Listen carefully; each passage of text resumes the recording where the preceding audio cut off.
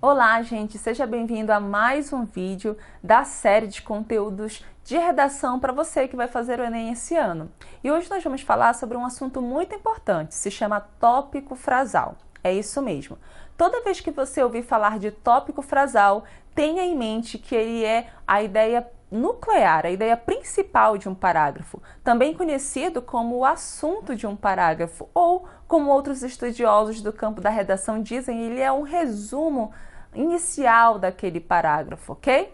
Então, toda vez que você pensar no tópico frasal, ele é uma forma de organizar os argumentos em cada parte da sua redação, o que significa dizer que ele vai estar presente desde a introdução até a conclusão do seu texto dissertativo argumentativo. E para que você não faça isso de qualquer forma e você faça isso de um modo dinâmico, existem vários modos de apresentar o tópico frasal, seja por definição, declaração, afirmação, divisão e por aí vai. Existem N ferramentas de você fazer isso. Então, para a gente não perder mais tempo, a gente vai analisar na prática como esse tópico se manifesta numa redação. Digamos que eu te dei uma redação em que o tema dela seja sobre ISTs, infecções sexualmente transmissíveis. E agora a gente vai para a prática. Observa comigo. A sigla IST é a nova denominação para tratar de infecções sexualmente transmissíveis. Nos últimos anos, cresceu o número de pessoas infectadas pelo vírus HIV e outros. Logo, essa problemática apresenta fatores que enfatizam o descaso de grupos mais jovens pelas campanhas de conscientização.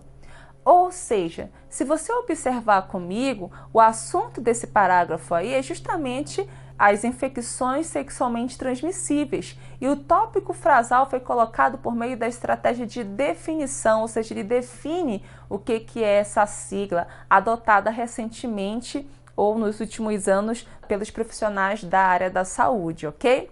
Aí você pode me perguntar, professor, e a parte que ele fala sobre os fatores, como o descaso dos jovens pelas campanhas de conscientização? Isso é apenas a tese. Lá no vídeo 2, né, eu explico que a tese ela é a abordagem, apenas o ponto de vista da sua redação, ok? Então agora a gente vai para o desenvolvimento. Observa comigo. Os altos índices de ST na sociedade revelam o baixo uso de preservativo entre os jovens. Os estudos na área da saúde apontam que as infecções aumentam 18 vezes a chance de contrair AIDS. A camisinha, nesse sentido, é uma das formas mais importantes de combate, pois protege o ser humano do contato com lesões e fluidos na relação. Então, observa comigo que esse parágrafo de desenvolvimento, ele possui como assunto o elevado índice de STs associado com o não uso do preservativo. E todos os argumentos que vêm após ele, como os estudos, os dados desses estudos, são apenas argumentos secundários usados para fortalecer a ideia principal desse parágrafo. Ok, você entendeu? Então vamos agora para a conclusão.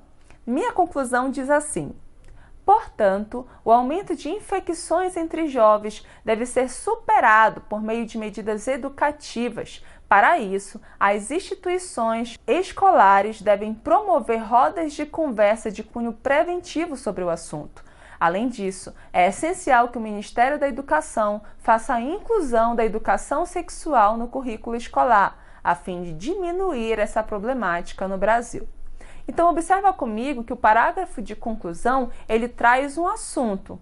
Ele reforça a tese, que é justamente o aumento das infecções sexualmente transmissíveis. E ele diz que isso só pode ser resolvido por meio de medidas educativas. Aí nós temos o nosso tópico frasal, ok? E a proposta de intervenção que é colocada aí, ela está em cima desse tópico frasal, que é justamente o aumento dessas infecções sexualmente transmissíveis, ok? Eu espero que você tenha entendido as 3 funções básicas, então, do tópico frasal. Recorda comigo, a primeira função básica desse tópico é, número 1, organizar os seus argumentos dentro do seu texto dissertativo argumentativo, ok?